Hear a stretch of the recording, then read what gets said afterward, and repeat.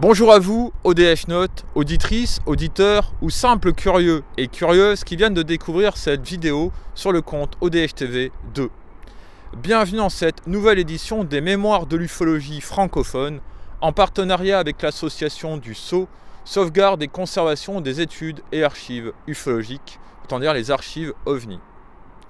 Dans cette nouvelle édition, nous recevons une nouvelle fois Gilles Durand, secrétaire général de cette association.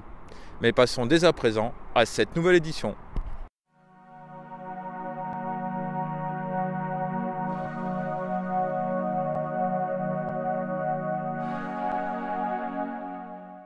Bon alors je retrouve Gilles Durand dans le local du Sceau, à Vincennes. Tout à fait.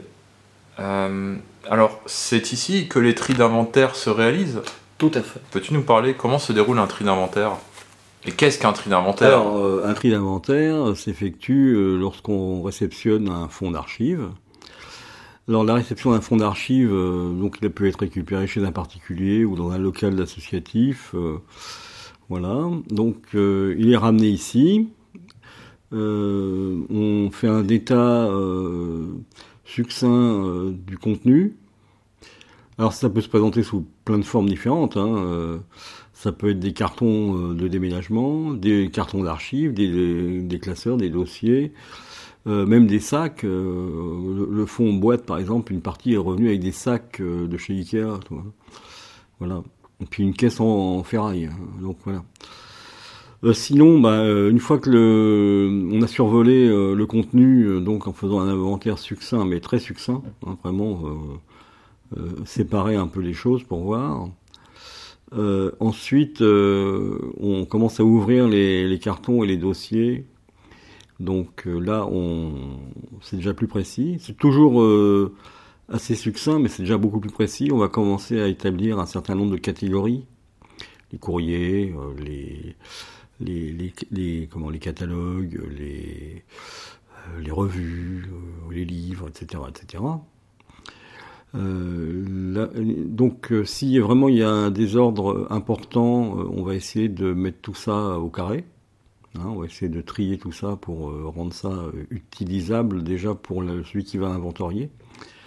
Donc ensuite, les gens, on leur attribue ou ils prennent une partie du fond et quand ils sont ici, ils inventorient les documents qui sont dans chaque fond. Enfin, dans chaque dossier, dans chaque classeur, voilà, ils sont dans chaque fond, non, dans chaque classeur, dans chaque dossier, dans chaque boîte d'archives, par exemple. Donc, ils établissent une liste. Donc, s'il y a des problèmes de tri, ils effectuent le tri en même temps qu'ils font l'inventaire.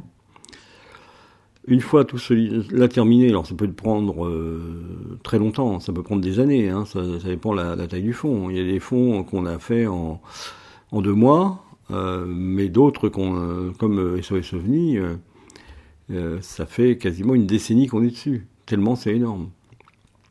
Encore, on voit des choses qui sont plus grosses, on imagine mal comment on pourrait, dans l'état actuel des choses, où les mettre, on ne saurait pas où les mettre, on ne saurait pas combien de temps on passerait à les inventorier, parce que voilà, ça peut être un travail sans fin, quoi. C'est clair. Donc en fait, une fois que tout est classé, inventorié, prêt, reconditionné dans des boîtes d'archives, des choses comme ça. Là, on a eu un don de 56 boîtes d'archives. Oui, c'est pas grave, non. 56 boîtes d'archives d'occasion, bien sûr. C'était des récupérations, mais c'était ce sont des boîtes ignifugées, c'est-à-dire qu'elles sont à l'épreuve du feu. Donc elles tiennent au feu pendant plusieurs heures. Voilà. Donc une fois que tout ça est prêt, on téléphone ou on écrit aux archives, au centre d'archives. Mais actuellement, contrairement à ce qui se passait autrefois où on avait des rendez-vous rapides, là pour les archives nationales, on nous demande 6 mois. Ce qui n'est jamais arrivé par le passé. Donc, dans 6 mois, on pourra les déposer, par exemple, les archives du GEPAN, enfin celles que le GEPAN nous a remis, c'est-à-dire presque 1400 revues. Et en langues étrangères, hein, pas du tout francophones. Hein. C'est que des langues étrangères, anglais, allemand, néerlandais, roumain, enfin, japonais, voilà. Donc, une fois qu'on a un rendez-vous avec les archives, on arrive avec les cartons, puis ils prennent ça en charge. Alors, eux, de leur côté, refont un inventaire succinct qui va servir de base à ce qu'on appelle l'OPAC, hein, l'Office de public, hein, de la table des matières, quoi. Enfin, c'est la table des matières, en fait. Hein, c'est ça. C'est qu'en fait, tout ce qui est sauvegardé est dans l'OPAC. Hein, voilà. Donc les gens viennent voir si par mots-clés ils cherchent des choses, et puis ils trouvent le sceau si ça les intéresse. Sinon ils trouvent OVNI ou soucoupe volante, enfin, voilà. Donc une fois que c'est là-bas, tout le monde peut aller les consulter. Voilà, c'est public. Et voilà. C'est bon, avec eux il n'y a pas de problème, ils prennent l'ufologie ou... On a signé notre premier contrat en 91 avec les Archives nationales, on en a signé ensuite... entre 93 et 96, on en a signé plusieurs, avec Marseille, Strasbourg, Metz, Lille, Poitiers, puis je ne sais plus où encore, enfin il y en a qui m'échappent. Je crois qu'il y a l'Allier aussi, les Pyrénées-Orientales, je crois, je suis pas sûr. Voilà, bon, puis quelques autres. C'est tout le monde, enfin c'est à disposition du public, voilà. Tout le monde peut venir consulter sur demande. Faut réserver avant, faut téléphoner. Vaut mieux d'ailleurs avoir les coordonnées des cartons, des numéros de cartons de la nomenclature de la cote des archives. Pour ça qu'on publie ça dans notre bulletin assez irrégulièrement.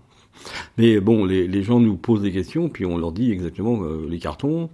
On voit à peu près ce qu'il y a dedans, et en fonction de ça, ils choisissent, et puis ça leur permet donc d'envoyer un message électronique aux archives quelques jours avant pour que le jour où ils passent, ça soit déjà prêt à les accueillir.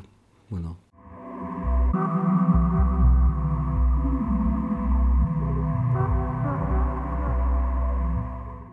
Alors si ça peut intéresser les ODH-nautes, oui. Je suis en train d'enrichir la base de données du sceau répertoire grâce au répertoire manuel,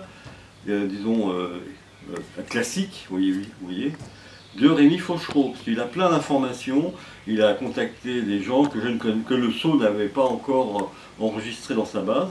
Donc avec l'accord de Rémi, je suis en train de mettre à jour la base du sceau. Voilà. Parce qu'en plus il y a des informations des gens qui étaient déjà dans la base du sceau. Et les informations que Rémi a sont plus récentes. Les nôtres sont obsolètes. Voilà. Voilà. C'est aussi un travail de collaboration, de coopération entre ufologues.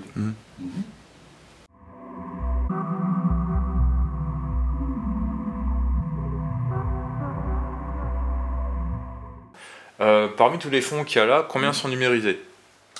Alors, je dirais qu'il y a un certain nombre de choses numérisées. Le principal fonds numérisé, il est déjà déposé aux Archives nationales, c'est le fonds GEPAN. Il est entièrement numérisé. Ici, il y a un certain nombre, je dirais, de revues qui sont numérisées, pour l'échange avec l'AFU et Isaac Coy. Donc, il y a par exemple une collection complète du bulletin du Buffoy, association belge. Les 54 numéros ont été numérisés et sont disponibles sur le site de l'AFU. Autrement, il y a eu un certain nombre de revues numérisées. Alors, il y a des revues qui sont ici, qui sont numérisées, mais ce n'est pas l'exemplaire qui est ici qui est numérisé. Donc, ici, il y a un certain nombre de revues dans les cartons qui sont un peu partout. Là, le fond de la Sobeps ici, une partie du fond Frank-Boîte ici. Les revues sont numérisées, mais ce n'est pas obligatoirement les exemplaires qui sont ici qui sont numérisés. Parce que parfois, on a récupéré plusieurs exemplaires de certaines revues. Donc, on essaie de prendre l'exemplaire le plus qualitatif, celui qui est de meilleure qualité. Parce qu'il faut savoir, par exemple, avec la AMT, je vais donner cet exemple-là, tout était fait en Ronéo, Et il s'avère que certaines pages étaient mal imprimées, trop claires, avec des taches ou des choses comme ça.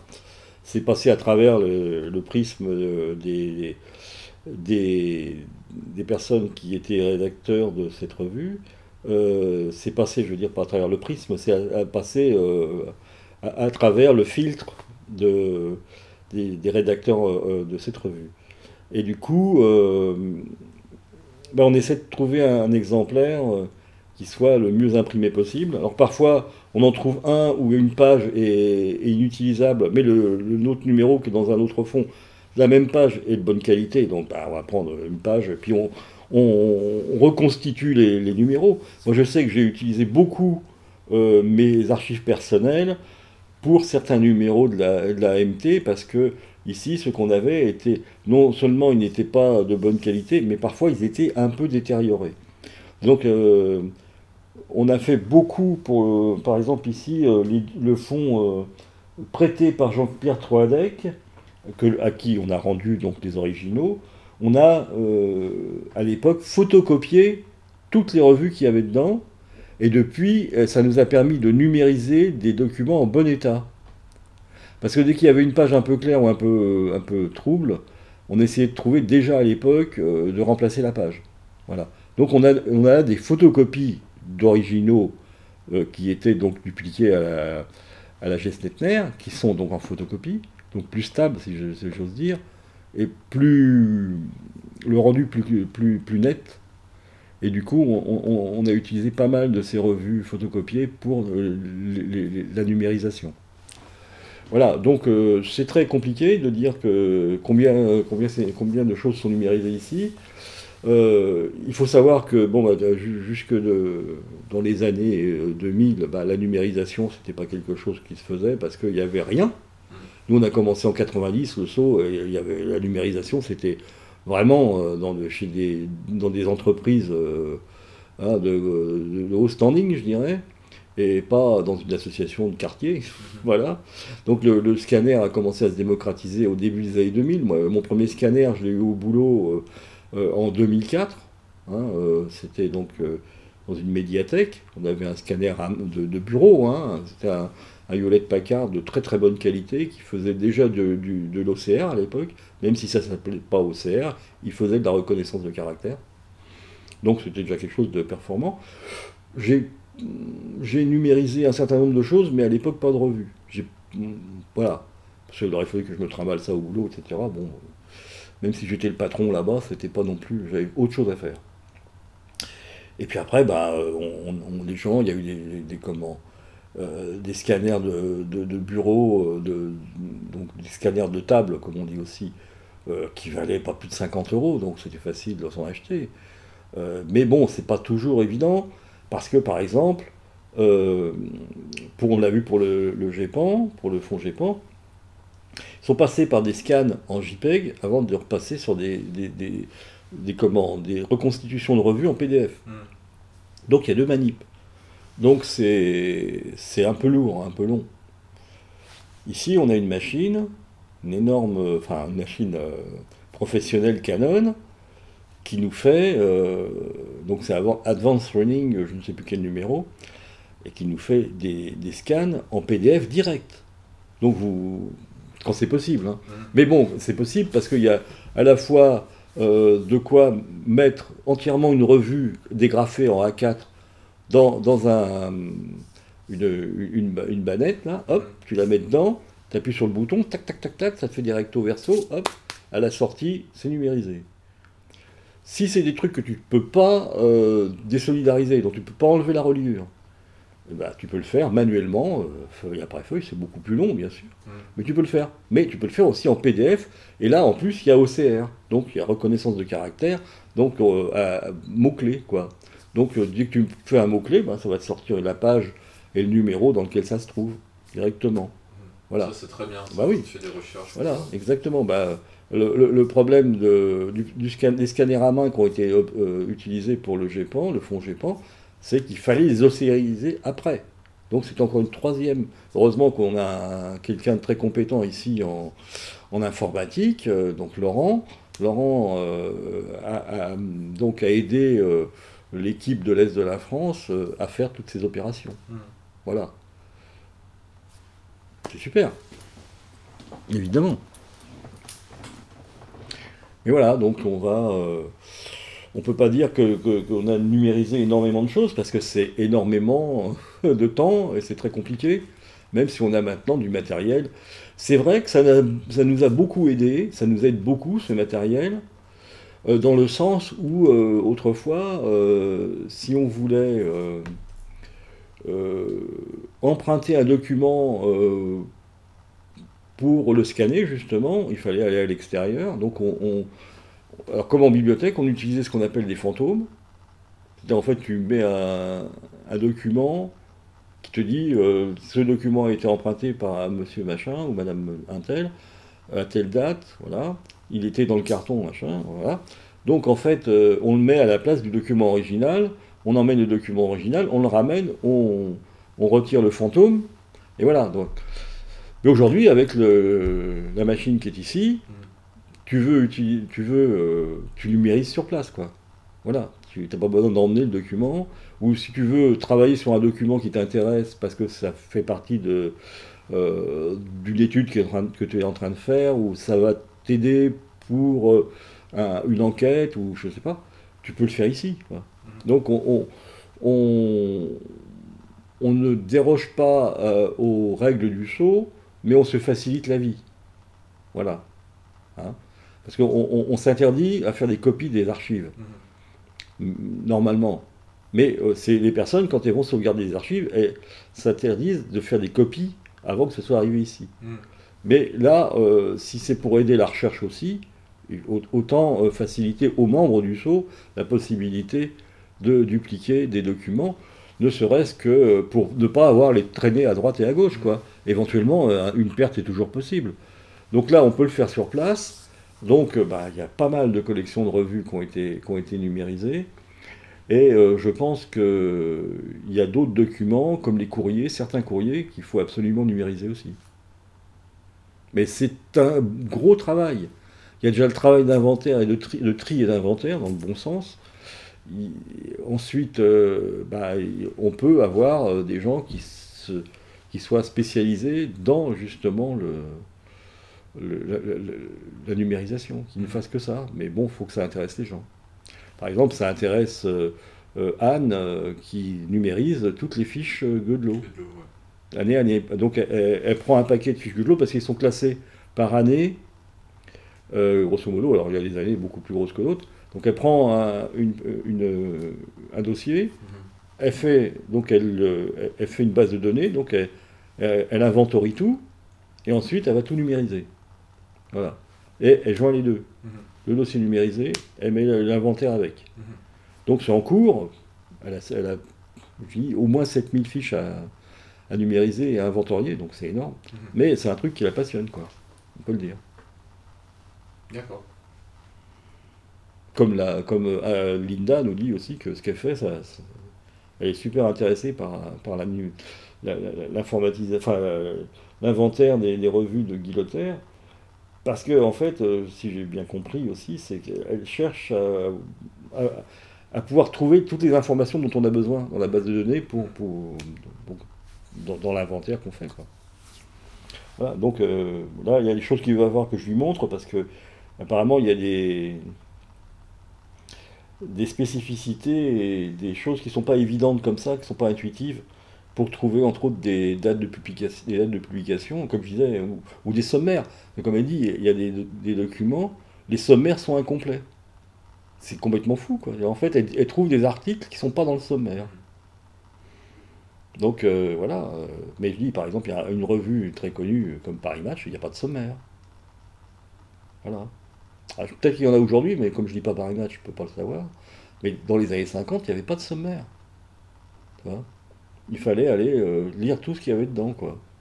Et j'ai eu l'occasion de voir chez un brocanteur en Belgique, à Verviers, une collection du Paris Match belge, parce que ça existait, il y avait une édition belge, avec des informations purement belges. Donc il y avait un cahier spécial belge à l'intérieur. J'ai vu que c'était pareil, il n'y avait pas de sommaire non plus. Donc Il faut que tu te plonges dans la revue et puis que tu feuillettes, si tu dois trouver des trucs. Alors parfois, il y avait des bandeaux, si tu veux, en couverture qui te disaient qu'il y avait un article sur les soucoupes volantes à l'intérieur. Donc voilà, tu savais que tu allais trouver quelque chose. Mais il y en a où il n'y a rien. Par exemple, je sais qu'en 69, il y a eu, dans un numéro de Paris Match, comment dirais-je, un sondage sur la croyance en les extraterrestres. Il n'y avait rien en couverture, et comme il n'y a pas de sommaire, il fallait la trouver. Il y a une page, juste une page, un sondage qui a été un petit peu raccourci, simplifié, je dirais.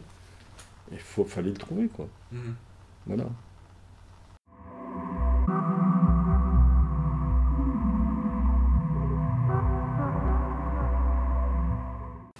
Comment ça se passe avec les fonds numériques?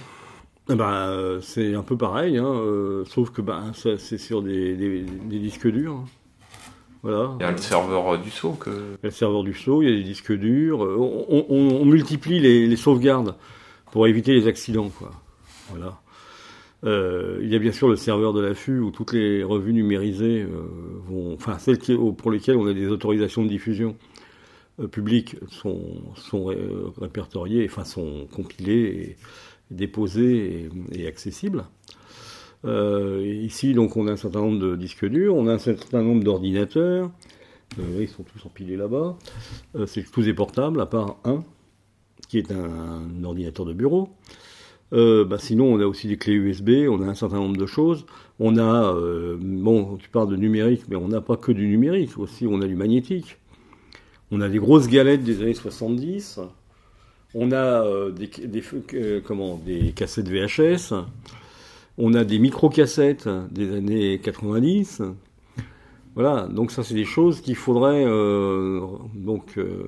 ça a été en partie fait par... il y avait les cassettes normales aussi, tu sais. Toutes ces cassettes classiques, taille classique si j'ose dire, ont été numérisées par l'affût, parce que l'affût à un moment donné a eu une personne...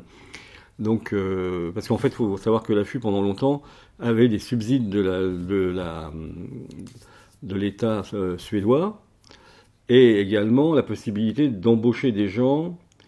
soit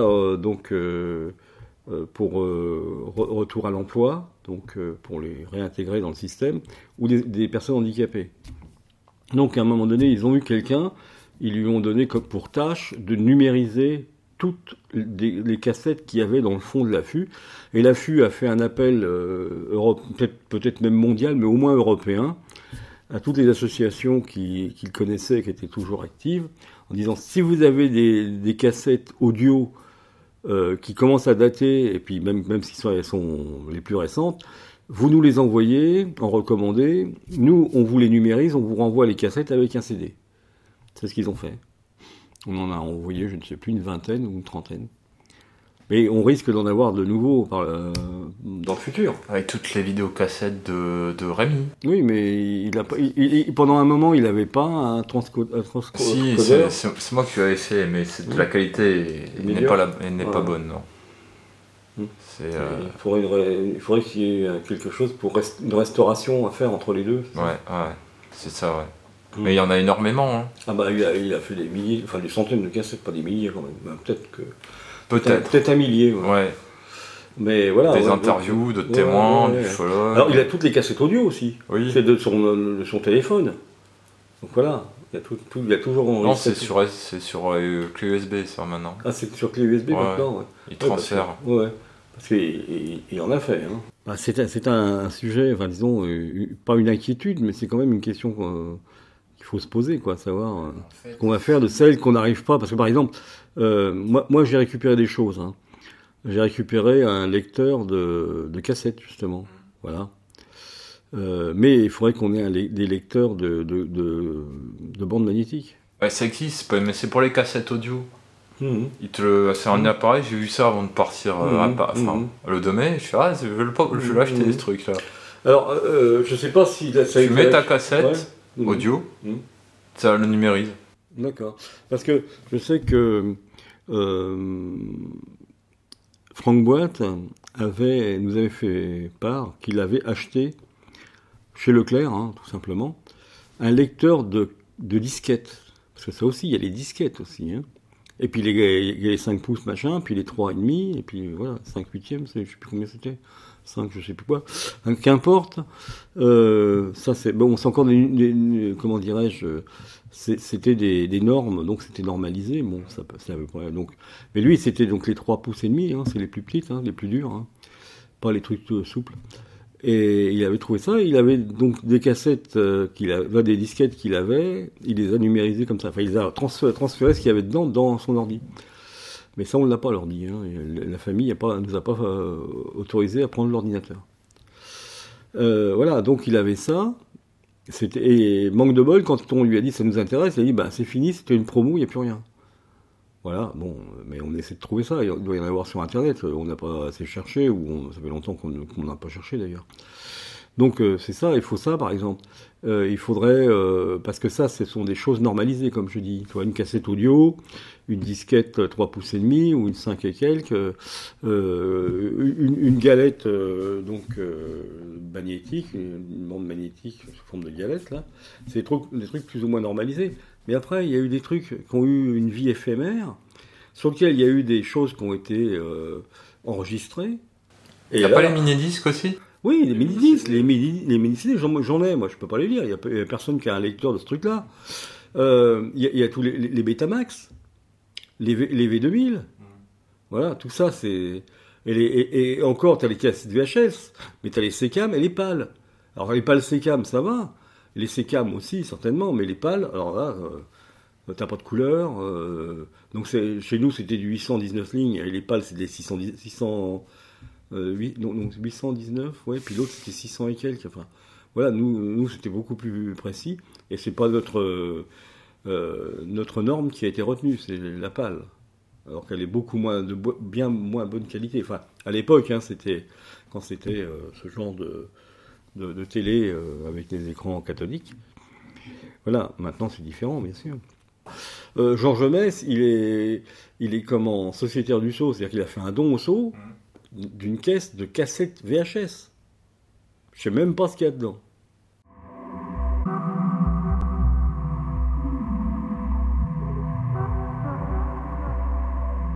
Pour rester sur le front numérique, il va falloir, parce que j'en ai parlé un peu à Laurent Chabin dernièrement, Oui. Parce que là c'est un serveur qui fait 4 TO, Oui.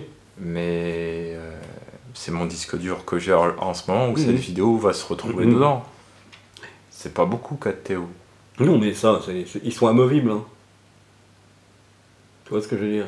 Tu les ranges comme des tiroirs, comme si c'était un tiroir. Ouais, c'est ça. D'accord. Bah, tu sais, ici, toi, sur le côté de l'ordinateur, là, tu as une colonne, enfin une tour, plutôt une petite tour plate. Dedans, il y a 1 Tera déjà. D'accord. Il y a deux de 500 gigas dedans. Mais je t'avais donné des disques durs, moi aussi. Oui, mais ça, c'est pas des disques durs. C'est des disques durs externes, mais c'est un téraoctet. C'est un gros truc, là. Hein, oui, bah, il y en a là, hein, oui, tout à fait. 1 Tera Déjà, c'est déjà pas mal. Bah, pour les archives, ça tient pas de place. Hein, non, mais je parle des archives numériques. Ah oui, bah, ça, là, c'est pour ça que le serveur est utile. Mais par exemple, là, on est loin d'avoir rempli 500. Enfin, c'était un truc miroir. En fait, il fait une sauvegarde, c'est 500 et 500. Donc, comme il est miroir, il enregistre sur les deux à la fois. Comme ça, s'il y en a un qui plante, l'autre, c'est la sauvegarde. Non, parce qu'il y a aussi ça avec le numérique. Si ça plante, qu'est-ce que fait le saut? Voilà, exactement. C'est pour ça que ce miroir, c'est vachement pratique. En fait, en réalité, t'as que 500 gigas. Oui, il est partitionné. Oui, c'est deux de 500 et il travaille en miroir. Il charge les deux en même temps. Voilà. Et si jamais, je sais pas, parce que là j'ai du saut. Et on peut les extraire en plus, tu peux les retirer. Ah là j'ai du saut, comme j'étais en train d'interviewer, j'ai pas pu poser la question à Jacques. Si jamais ça plante pour les archives vidéo ou ce qui sera numérisé. Bah, disons que par exemple tout ce qui est dans le... Et là je vois déjà Jacques, ah bah oui c'était mieux le papier. Non mais il a raison. Mais dans un certain sens c'est vrai. C'est-à-dire qu'en fait un truc qui plante, quand c'est des archives qui sont des numérisations, le papier il sera toujours là pour recommencer. Tandis que si tu as que du numérique à base de numérique, ça plante. Voilà. Moi j'ai eu le cas, il y a quelques années, mon ordi a planté, j'ai perdu plein de photos. Je les découvre au fur et à mesure. À part si tu les retranscris sur papier.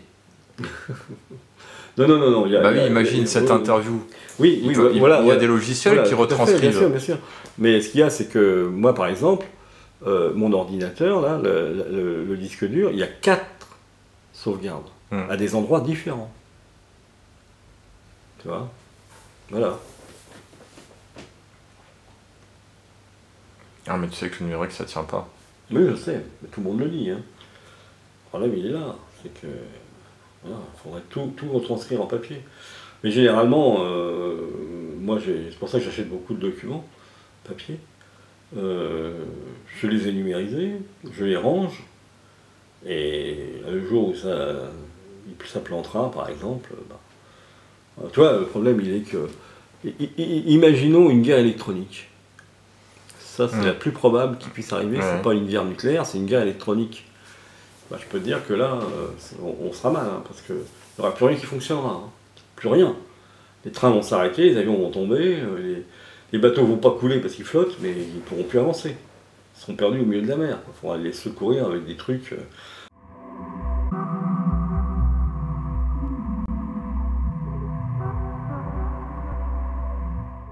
Que fais-tu, Gilles?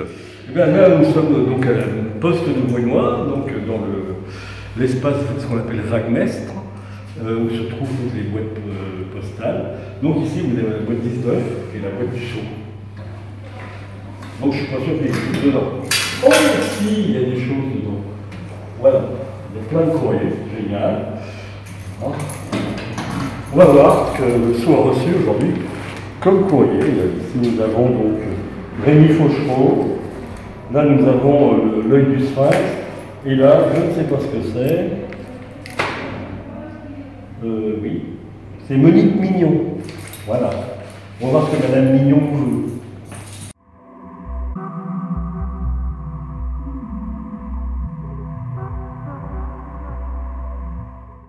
Bon, je sais pas si je t'ai posé cette question. Voilà, très bien. À quoi servent les archives?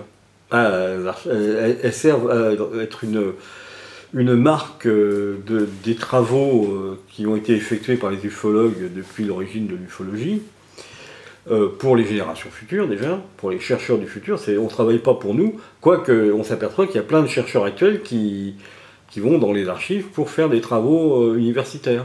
Voilà. C'est ça en fait. Voilà. Donc il y en a eu plein, hein.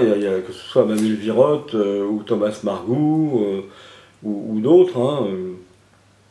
Même Thomas Lincy, c'est ça. Non, Nicolas Lincy. À chaque fois. Même Nicolas Lincy avait demandé une autorisation de consultation pour les archives nationales.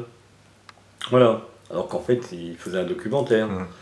Mais il y a plein de jeunes étudiants qui sont allés aux archives nationales, ou même à Metz. Manuel Virotte, il a fait tous les centres d'archives du Sceau. Hein. Il a fait les 3 bibliothèques et les 3 centres d'archives. Pour ces 2 bouquins. Voilà, c'est super. Thomas Margou, moi je me rappelle, Thomas Margou, il avait ses autorisations, mais il n'avait pas été assez précis. Alors donc là, j'ai eu, ça devait être en 2016. Non, c'était avant le Képan. C'était avant le Képan. C'était avant le Képan. Donc c'est ça, ça doit être 2012 par là.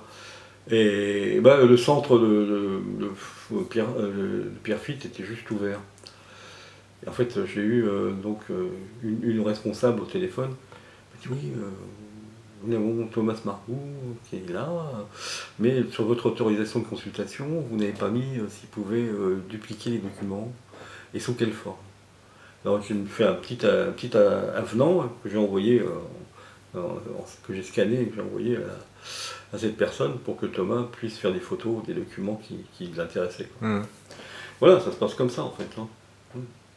Alors je dis, comme il n'y a pas besoin d'autorisation... Alors à Paris c'est spécial, comme il y a plusieurs documents qui sont restreints au niveau consultation, pour des raisons compréhensibles, hein, parce qu'il y a des trucs un peu sensibles dedans, mais ça n'a rien à voir avec les ovnis. Ça a à voir avec les personnes. C'est pas pareil. C'est pas sensible sur les personnes. Sur les ovnis, c'est sur les personnes. Voilà. Parce qu'il y a un document qui est super intéressant, mais il y a un profil psychologique de la personne. Où on dit que c'est un fake. Ce qu'il a fait, c'est un fake.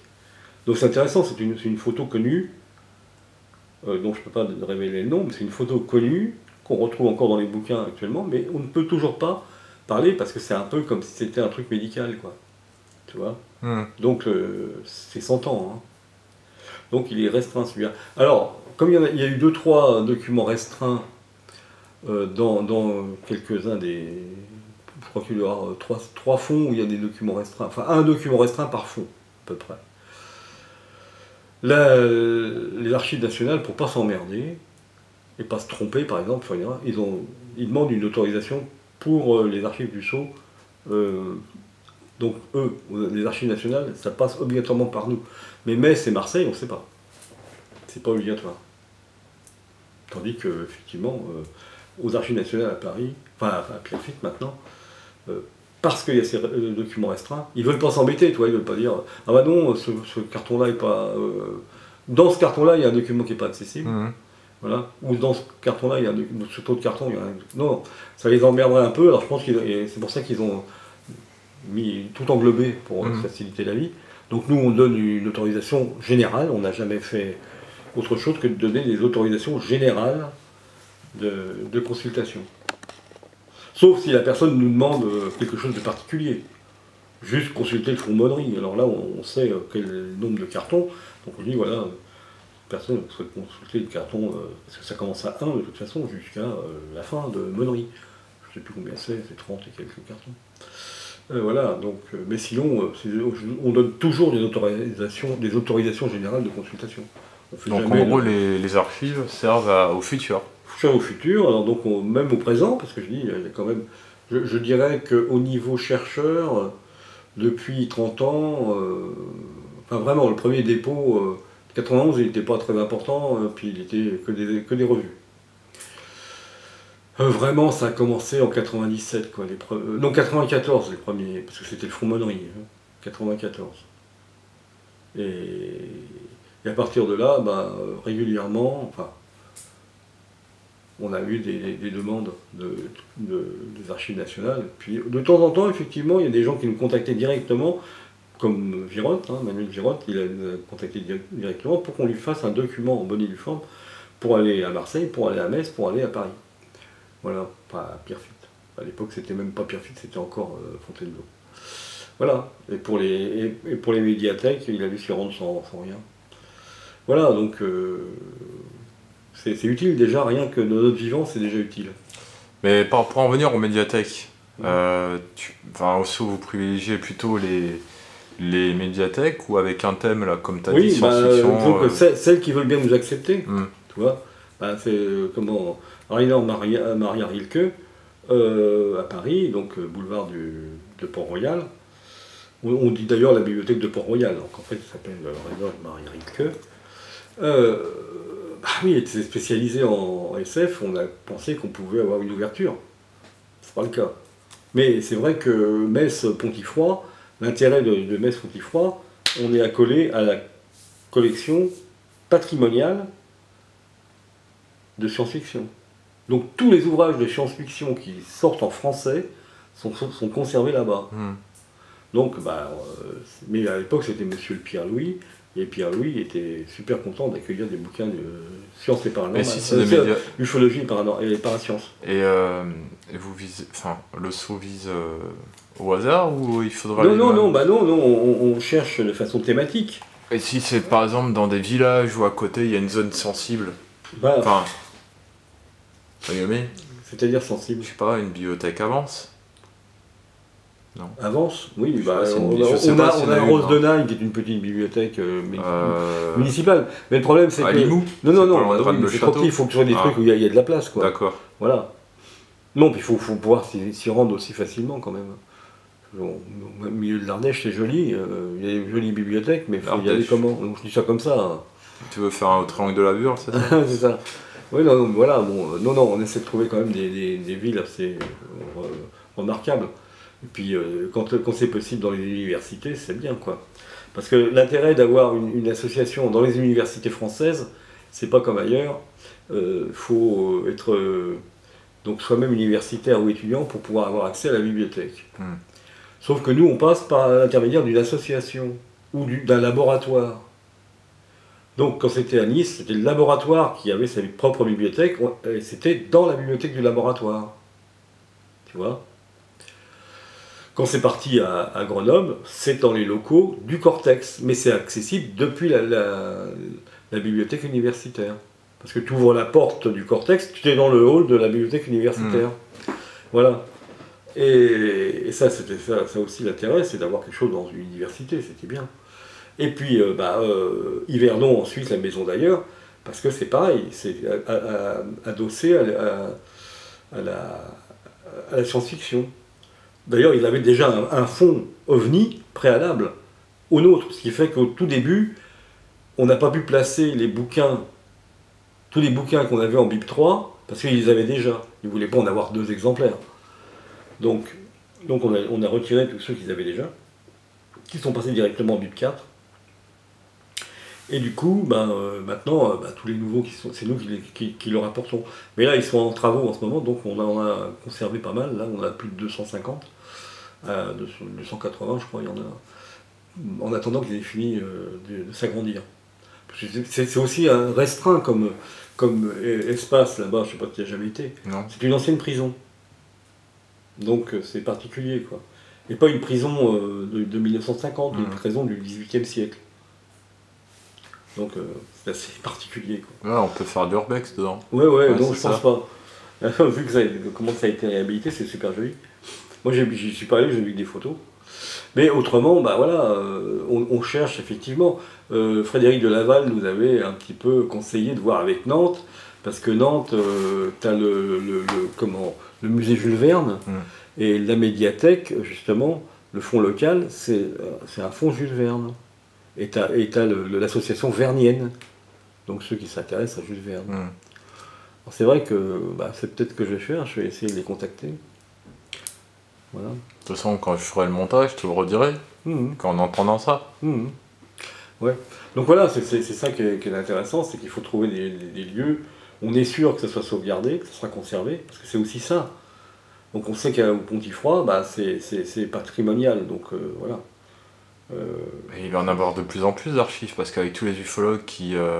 des 30 glorieuses qui vieillissent. Qui vieillissent et qui veulent sauver leurs archives. Ouais. Et puis quand on tombe sur des gens dont on n'a jamais entendu parler, hein, et qui nous filent 350 bouquins, dont 260 en anglais, voilà. Hein, puis des revues en même temps, des LN, une collection très importante de Flying Saucer Review, dont on n'avait presque pas de numéro. Enfin, si, on en avait, mais pas. Là, d'un seul coup, on en a, je sais pas, un tiers de la collection complète. J'en ai 2 chez moi. Oui. Là, il y en a quelques dizaines. Celui sur Balançol. Il y a aussi, Fortean Times. Bon, voilà, ça c'est. Je crois que. Il faudrait que je regarde ma base, mais on n'en avait pas beaucoup de Fortean Times. Ouais. Surtout qu'on n'a pas récupéré les revues du fonds SOS OVNI. Parce que comme c'était un travail commun entre l'AFU, le Chizu et nous, et puis des individus, le deal c'était que les uns récupèrent les bouquins, les autres les revues, et puis les autres les archives pures. Nous, on s'est récupéré le principal, c'était 40 cartons de déménagement d'archives pures, qui sont dans la pièce d'à côté là-bas. Qui sont devenus beaucoup plus, parce que c'était des cartons de déménagement, maintenant ce sont des cartons d'archives. Donc des fois, tu as 5-6 fois le même numéro, donc par exemple le carton numéro 22.1, 22.2, 22.3, 22.4, 22.5, 22.6 par exemple, parce que c'était un énorme carton, donc on était obligé d'avoir 6 boîtes d'archives pour remplacer le carton. C'est pour ça que ça fait toute la pièce à côté.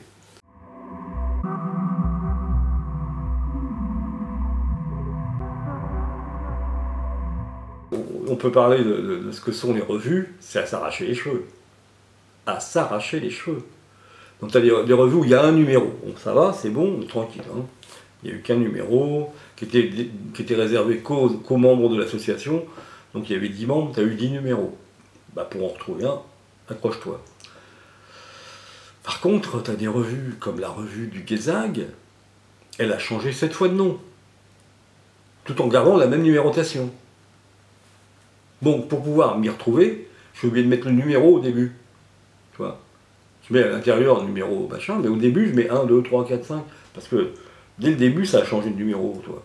Alors c'était Bulletin du Guézac, c'était UFO Info, c'était Visiteurs Spatiaux, c'était à la fois Bulletin du Guézac, Visiteurs Spatiaux. Il y avait les deux titres, ou UFO Info, enfin bon, les deux titres, c'était complètement fou, quoi. Voilà, donc les revues, c'est pas triste non plus. Hein. C'est pas triste, parce que, encore, quand c'est des revues en français, ça va, tu comprends tout ce qui se dit. Mais quand c'est des revues dans des langues pas terribles, pas très usitées, je dirais. Par exemple, le flamand. Les néerlandais aussi, bon, c'est pareil. On a d'autres langues qui sont le hongrois, le polonais, bon. Tous les langues dans des alphabets différents, comme l'alphabet cyrillique. Le grec aussi, hein, pareil, c'est pas le même alphabet non plus. Mais c'est vrai que ça devient compliqué, quoi. Alors après, tu sais pas si le titre a changé ou si c'est. Bon, je sais pas, plein de choses, quoi. Mais déjà, nous, avec juste les revues francophones, c'est pas triste. Puis il y en a peut-être que le SO connaît pas encore. Ah ben, preuve, on en a découvert, tu m'en as fait découvrir 2 hier, les newsletters de Jaya. Oui, mais c'est du PDF, ça. Oui, c'est de la newsletter, ben, il y en a. Il y en a même en ligne des newsletters sur fond de l'affût. Il y a les newsletters des repas ufologiques à l'époque de Lebas.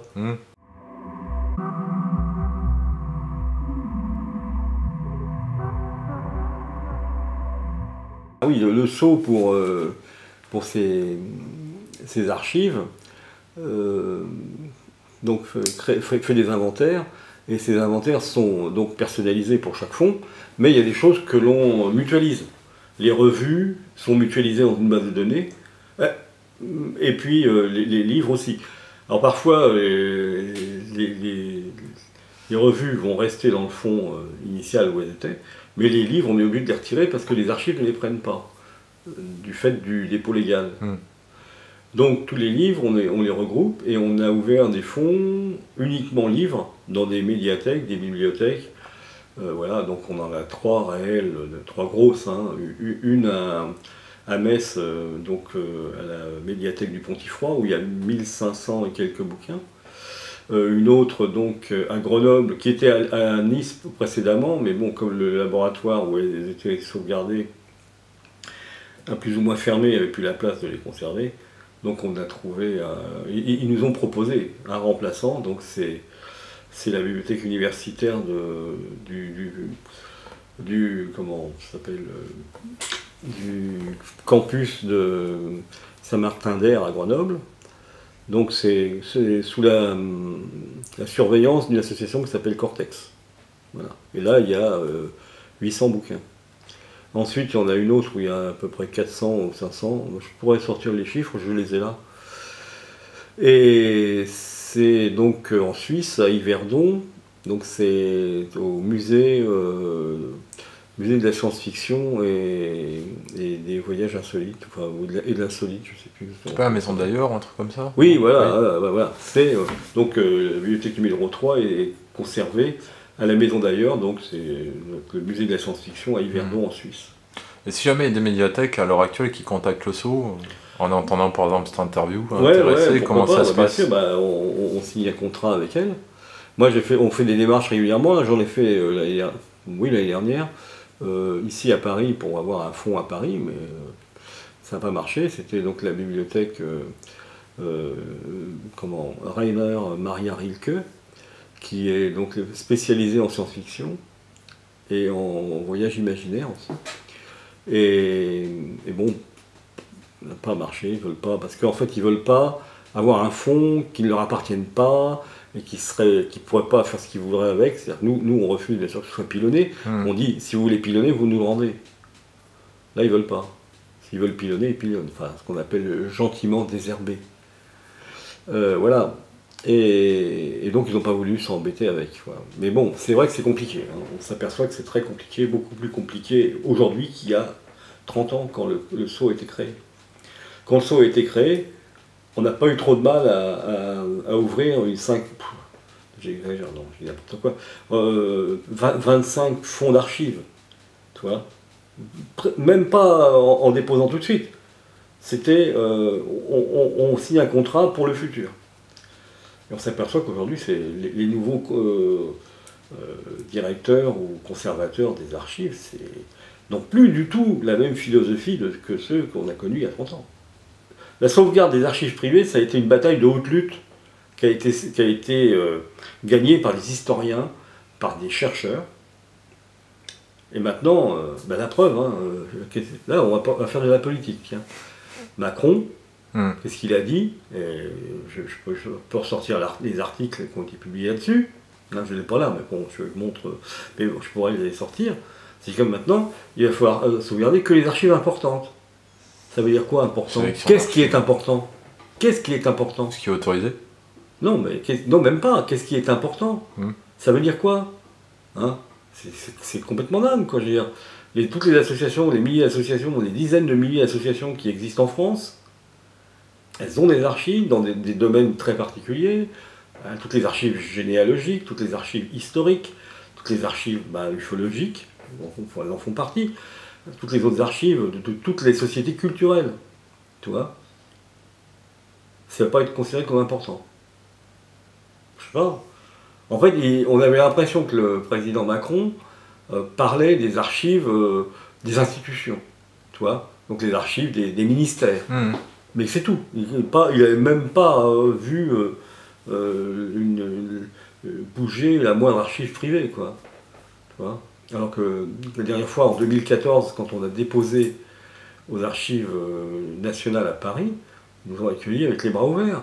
Et quand on a été dans le nouveau local, donc visiter les nouveaux locaux à Pierrefitte, et quand on est sorti, il y avait des gens, des associations qui étaient là pour déposer des archives. Tu vois? Et on les accueillait à bras ouverts. Maintenant, on a l'impression que, non, on va peut-être...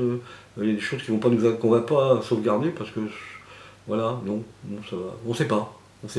On est un peu dans le flou, là, depuis que Gilles Munch a envoyé un courrier aux archives nationales. Son premier courrier, ils n'ont pas répondu. Voilà. Et maintenant, on lui dit, pour avoir un rendez-vous, c'est 6 mois. Voilà. Alors, il ne faudra pas oublier la date. Il faudra faire une nouvelle lettre pour... J'espère qu'ils ne vont pas dire, dans 6 mois. Oui, non, mais voilà. Alors, où ils ont trop de choses qui arrivent, ils ne savent pas les gérer, ils ont moins de personnes. De toute façon, ils ont moins de personnel, ça c'est sûr. Hein. De toute façon, moi, quand on est allé en 2009 avec Jacques Scorno, quand nos archives étaient encore à Melun, qu'est-ce que je raconte, à Fontainebleau, donc au centre des archives contemporaines de Fontainebleau, on discutait avec les agents et les agentes, et particulièrement avec une agente, parce que c'est elle qui s'occupait apparemment, s'occupait du secteur où on avait nos archives. Donc c'est une dame absolument charmante, et très professionnelle, et très à l'écoute, tout. On a dit, vous savez, là, ils sont en train de faire des restrictions de personnel, ils ne remplacent pas les gens qui partent à la retraite. Voilà. Sous prétexte que l'informatique remplace une partie du personnel. On s'aperçoit que maintenant, les mecs, ils travaillent à travers un ordinateur. De toute façon, là, ici, à Vincennes, donc il y a les archives de l'armée. Hein. Donc, les gens du Sceau, pour des recherches, et des gens du CNEGU aussi, pour des recherches, sont allés à ces archives. Tout se passe à travers les écrans. Voilà. Et tu t'aperçois qu'eux-mêmes ne savent pas lire les données qu'ils ont sur leurs écrans. Donc ils se perdent dans leurs trucs, ils se trompent de documents, ils t'amènent des dossiers qui ne sont pas ceux que tu as demandé. Voilà, c'est terrible. Moi, j'ai jamais eu le moins de problème quand j'allais dans les archives ou dans les bibliothèques, comme au Muséum d'histoire naturelle, à Sainte-Geneviève, aux archives nationales à Richelieu à l'époque, il y avait que ça. Hein. Ou à Versailles, quand il y avait les annexes de la Bibliothèque nationale à Versailles, on n'a jamais eu le moins de problème. Alors tout était manuel. Hein, voilà. Enfin, si tu avais déjà des fichiers, à la fin, il y avait des fichiers sur microfilm. Hein. Mais c'est tout. Hein. Moi, j'étais à une époque où il y avait, c'était papier, hein, c'était des fiches hein, que tu avais sur des rails. Et voilà, mais jamais vu une erreur dans tu faisais comme ça. Ouais. J'ai jamais vu une seule. J'ai dû fréquenter les bibliothèques de 73 à 90 à peu près, peut-être après, où c'était le début de l'informatique. Mais toute la période où c'était pas informatique, je n'ai jamais eu une erreur dans les références que j'avais demandées. On m'a toujours fourni les références que je demandais. Ou s'il y avait une erreur, c'était moi qui l'avais fait. C'est arrivé. Moi qui avais mal pris la cote, par exemple. Donc on m'a pas donné le bon numéro.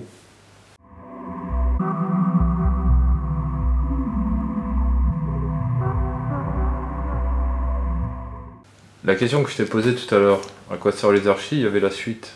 Mmh. Que penses-tu de ceux qui gardent leurs archives pour eux? Ah bah ça, c'est que tu as des gens qui sont très très jaloux de leurs propres archives, donc ils ne veulent pas que personne n'en profite. C'est une chose. Et ça, on a toujours vu ça, hein. Il y a des gens, tu pouvais même pas aller chez eux voir les archives qu'ils avaient. C'était eux qui te montraient ce qu'ils avaient envie de te montrer.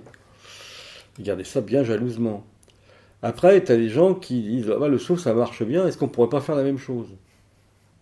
Bah, bonne chance, hein. Bonne chance, les mecs. Allez, amusez-vous, hein. Si vous n'êtes pas des professionnels, moi je suis devenu professionnel pour le saut.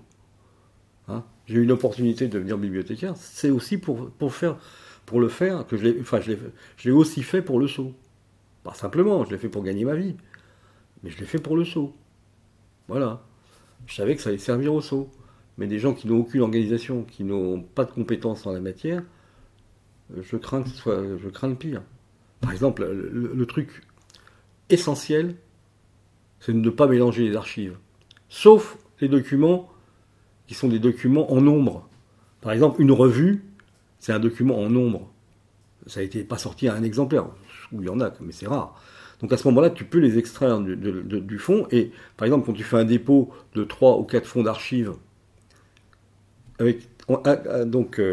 adossé, ou plutôt tu adosses à ces 4 fonds que tu vas déposer une partie uniquement de revues, tu peux, disons, rassembler des collections à partir de ce qu'il y avait dans les 4 fonds que tu avais.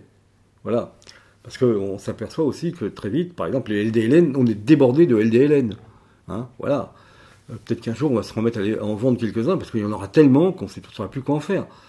On en a encore, là, puis voilà, il y en a plein. Il y a des gens qui avaient des collections complètes du 1 au 300, quoi, tu vois, ou même plus de 300, même. Michel Figuet, il avait une collection quasi complète, à l'époque, enfin, à l'époque de sa disparition.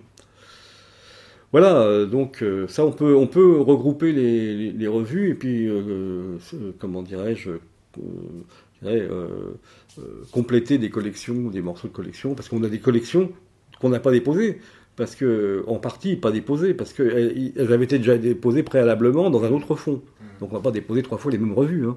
Donc on les conserve, et puis on ajoute les numéros manquants, et on constitue des collections de plus en plus complètes. C'est pour ça qu'à Marseille, on a déposé une collection complète d'InfoEspace, mais complète. Voilà. Ce qui n'est pas le cas à Paris. Enfin, à Pierrefitte. Voilà. Il y a Pierrefitte, pourquoi? Parce qu'au début, on a déposé. On n'a pas réfléchi au tout début, on était des néophytes, des novices, comme tout le monde. Donc ceux qui veulent faire comme le saut, ce sont des novices, des néophytes, qui vont faire plein d'erreurs, comme tout le monde. Mais ça s'affine avec le temps. En fait, on a déposé tout de suite les revues du fonds Michel Monnery. Puis on avait préalablement déposé des revues du fonds 52-55. Parce qu'il y avait que là qu'on avait un dépôt au départ. Et donc, on aurait dû attendre. Parce que maintenant, tu as des LDLN là, tu as des LDLN là, alors qu'en fait, il aurait fallu avoir un fonds LDLN.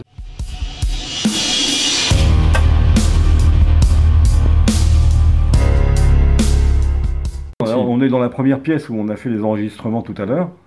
Donc ici, on a, donc je le disais, des archives essentiellement belges. Hein. Donc là, ici, il y a la Sobex.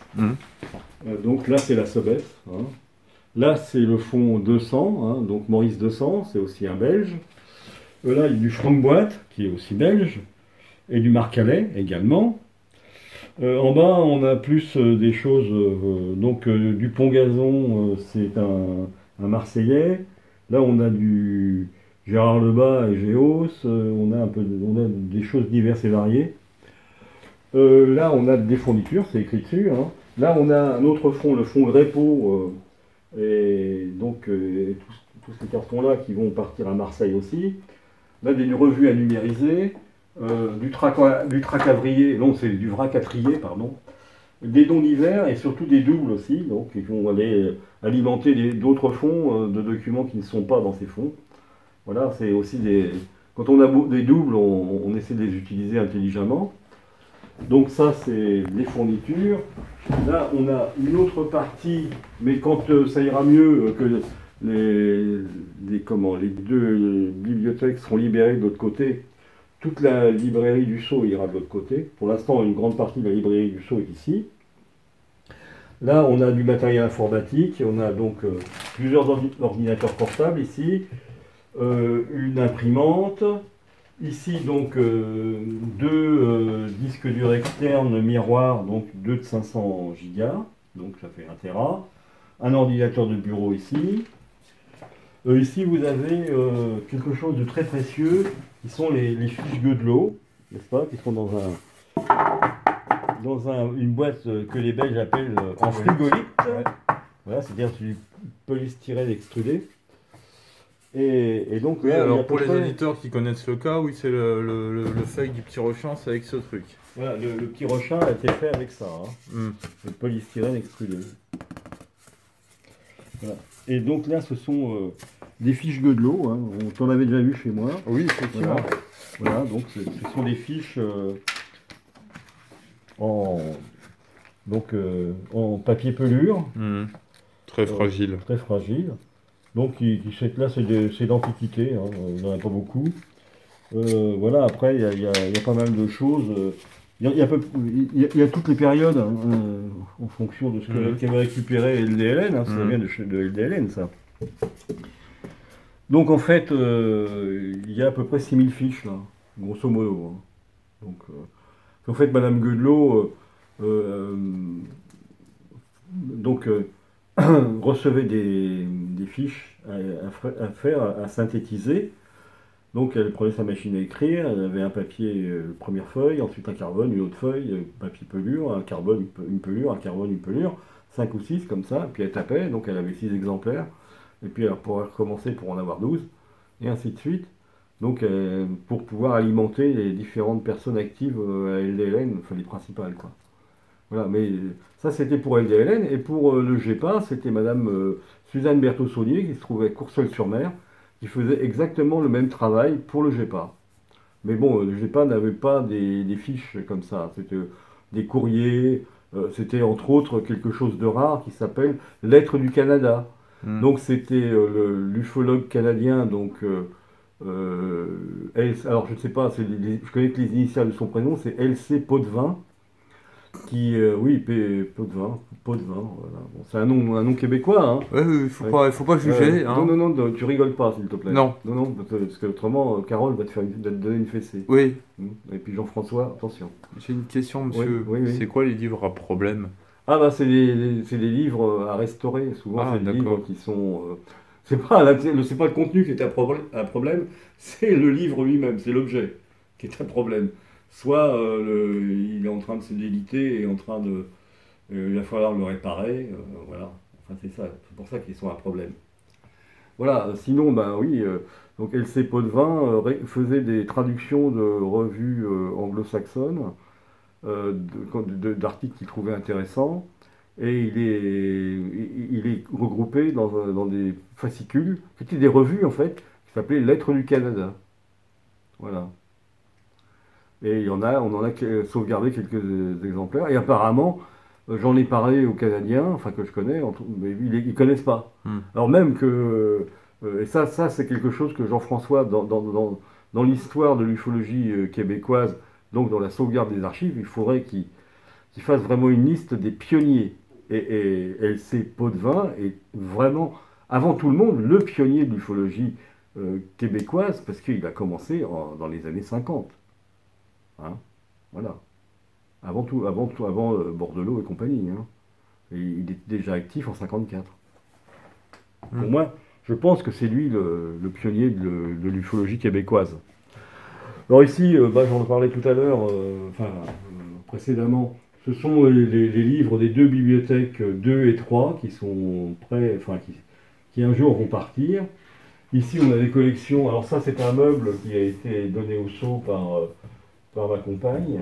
Donc, c'est un montage. Ce sont des meubles qui se montent un peu, pas comme Ikea, mais enfin, c'est un truc spécial. C'est une marque belge qui s'appelle Kellogg's. Voilà. Donc on appelle ça des Kellogg's, voilà. Et ce sont pas des Cornflakes. C'est pas des cornflakes, hein, non. Et donc là-dedans on a mis des revues qu'on a en nombre, hein. Donc les extraterrestres, Fate, enfin Forespace, ici aussi, ici Cadac, voilà. Voilà, donc et là on a un certain nombre de tables de travail avec des chaises qui vont avec. Voilà. Et là, il y a voilà, c'est sympa. Tu as vu, tu as le million derrière aussi. T'inquiète, on le voyait très bien tout à l'heure. Et là, on a le petit, comment dirais-je, proprement, proprement, là, je suis bien. Oui, voilà, on est dans la deuxième pièce du local du Sceau, où nous avons ici une grande partie des archives SOS OVNI, hein, donc en cours d'inventaire actuellement. Donc un gros fond dans lequel on trouve les archives de l'AESV et ensuite des SOS OVNI, et également d'un ufologue espagnol décédé dans les années 80, si je ne m'abuse, qui s'appelait Joaquim Fernandez, et lesquelles archives avaient été récupérées donc par Peri Petrakis, donc qui était le responsable de l'AESV, avec Yves Bosson. Donc voilà, les cartons au départ, les cartons de déménagement ont été reconditionnés dans des cartons d'archives. Voilà. Et on a une autre partie derrière toi. Voilà, donc cette partie-là, hein, c'est la suite. Voilà. Et ici, tu as en cours de traitement aussi un fonds de livres, entre autres de livres en langue anglaise. Tout ça, c'est de la langue anglaise. Et derrière, dans ce même fonds, tu as toute la partie en langue française. Donc il y a pas loin de 400 bouquins. D'accord. Donc là, c'est un petit réduit. Alors tu peux voir là, sur ta gauche, ça. Là, voilà, tu peux faire de bas en haut. Voilà, tu as donc un don de boîtes d'archives inifugées.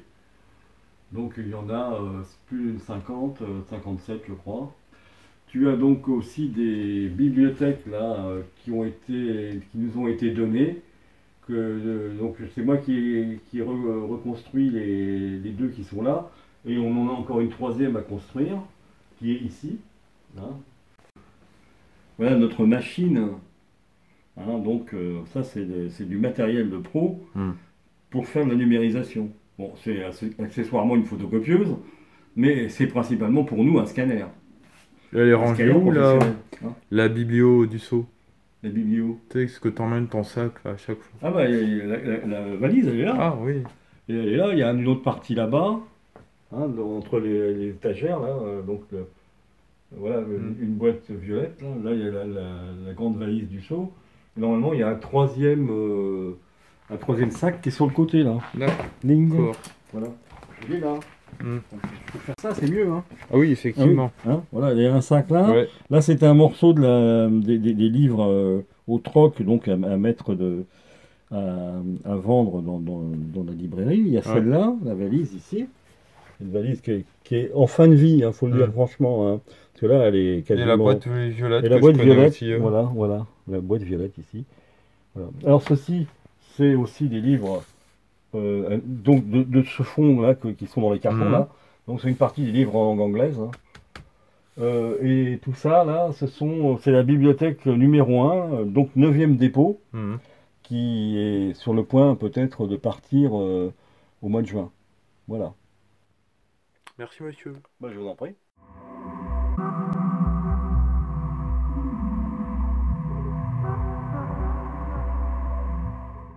Nous arrivons à la fin de cette interview avec Gilles, que je remercie pour tout le travail qu'il effectue déjà au SO, qu'il a effectué au sein de l'Histocat, au sein de nombreuses associations et groupements ufologiques, mais également au sein de l'équipe d'ODH TV.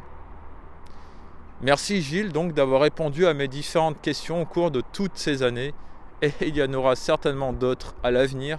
Si vous désirez voir ou revoir d'anciennes interviews des mémoires de l'ufologie francophone, je vous invite à cliquer sur les 2 playlists affichées en dessous de cette vidéo ou tout bonnement vous rendre sur le site internet odhtv.fr à la rubrique Mémoire de l'ufologie. Je vous donne rendez-vous à la prochaine édition, au prochain interview. Passez une excellente journée ou soirée, ça dépend à quelle heure vous regardez cette vidéo. Et à très bientôt sur ODH TV 2. Au revoir.